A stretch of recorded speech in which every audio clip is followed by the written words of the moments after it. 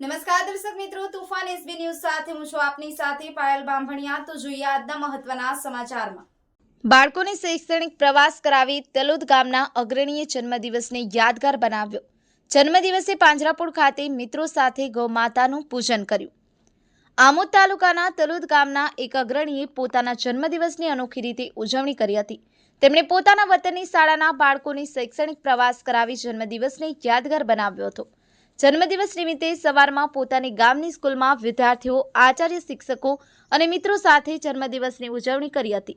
તલોદ ગામની શાળાના વિદ્યાર્થીઓ શિક્ષકોને લક્ઝરી બસ દ્વારા પોતાના વતન તલોદ ગામથી વડોદરાની પ્રખ્યાત બરોડા ડેરી તથા સયાજી બાગની મુલાકાત કરાવી હતી, જ્યાં વિદ્યાર્થીઓ તથા શિક્ષકોએ જોઈ ટ્રેન, ઝૂ, મ્યુઝિયમનો આનંદ માણ્યો હતો। બધા વિદ્યાર્થીઓએ દિલથી ભાગ લઈ તેમના જન્મદિવસનું ફૂલોથી ભાવભર્યું સ્વાગત કર્યું હતું।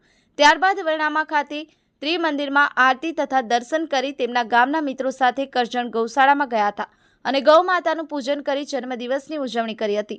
સ્વાસ્થ્ય સારું રહે અને વધુને વધુ પ્રગતિ કરે તે માટે સ્કૂલના વિદ્યાર્થીઓ, આચાર્ય, શિક્ષક અને દરેક મિત્રોએ પ્રાર્થના કરી હતી। Maqsood Patel, Toofan SB News, Amod.